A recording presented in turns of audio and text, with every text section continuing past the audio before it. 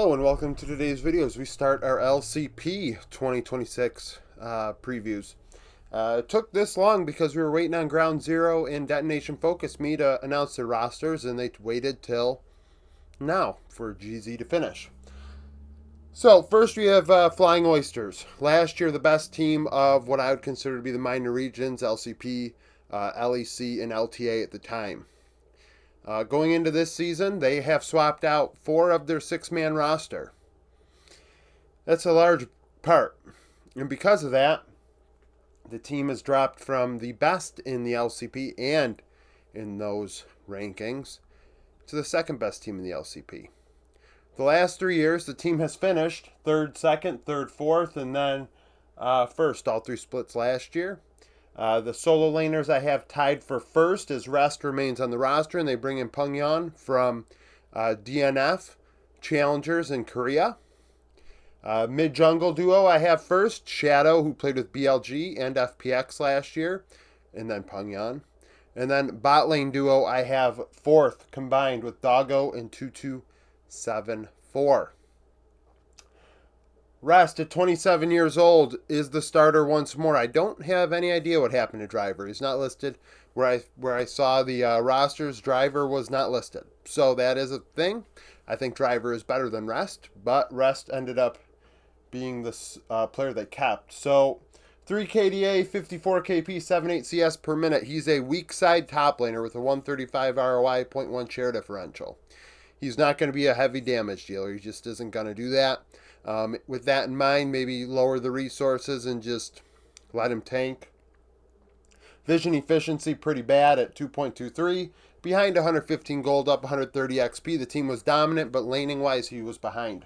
1 solo kill every 4 games, 1 new champion every 3 games, 5th in the role.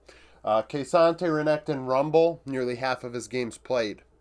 ZK behind him is a little bit more carry-oriented with a 172 ROI and PCS last season. 3 solo kills every 5 games. I wouldn't be shocked at all if that kid ends up getting an opportunity and they go back to a 6-man. It wouldn't shock me at all. Shadow at 24 years old. So he's played in the LEC, played in the LPL, and now in the LCP. 3, 7 KDA, 76 kill participation, 6 CS per minute. So very involved in what his team did, 3 out of every 4 kills, and at times was what kept BLG afloat.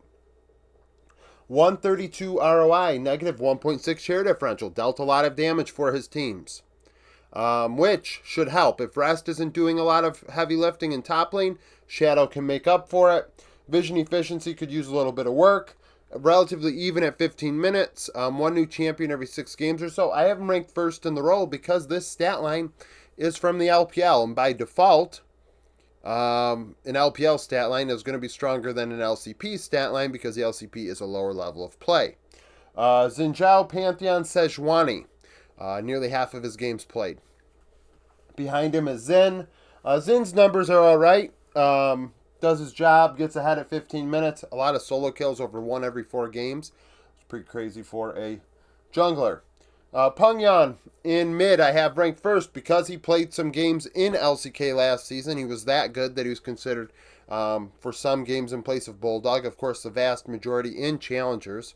But statistically had a very good season at 21 years old. 3-1 KDA, 67 KP, 9 CS per minute. So pretty, 9 CS per minute was a very respectable clip last year for the mid lane. Historically, I preferred 9 to 9.5, but last year's meta catered more to 9 being a top 80% or so. Top 20%, I guess, total.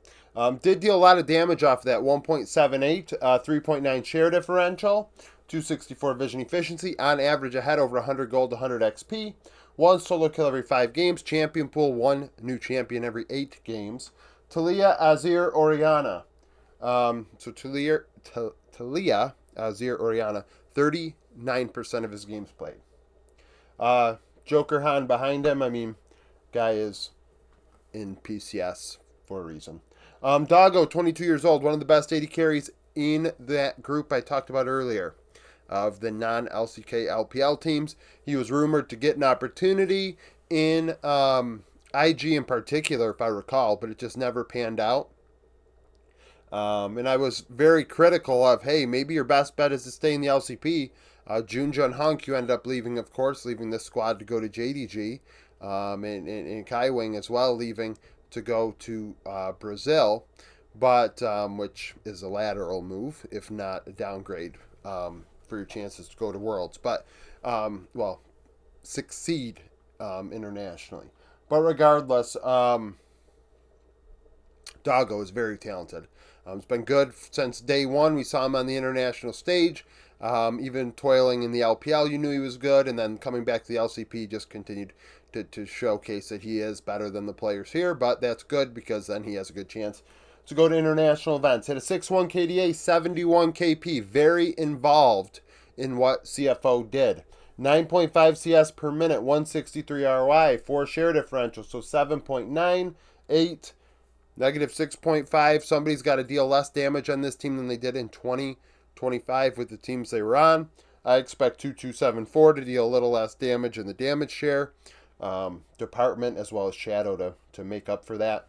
Vision efficiency, very good, nearly 3, up 250 gold at 15 minutes. 1 solo kill every 4 games or better. That is like one of the highest totals for any 80 carry this year. 2025, excuse me. Dog was very aggressive and finds outplay opportunities. 1 new champion played every 5 games or so. I have him ranked 2nd in the role statistically. Ezreal, Kaisa, Misfortune, 41% of his games played. Guy behind him is doing pretty good. Vision efficiency solid, 3.23, also very aggressive, only 17 years old, or 18 years old.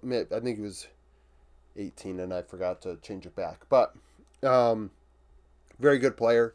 CFO, that PCS roster is going to be very competitive this season once more. 2274, age unknown, young player actually. I didn't put up the age for this team at 11, 14, 114. We're at like what, 23 and a half for this team or so, without the support known. Died a lot. 2 KDA, 64 KP. So he went in and died before kills actually even took place, not getting much impact on those, but very aggressive, 0.95 ROI. Vision needs a ton of work. 1.71 is not going to cut it. So that's one area people are going to be like, well, Kai Wing provided this and that. Yes, he was stabilizing in the bot lane alongside Doggo. In this situation, I think that there is going to be some improvements necessary for this team to succeed quite nearly as well as it did in 2025.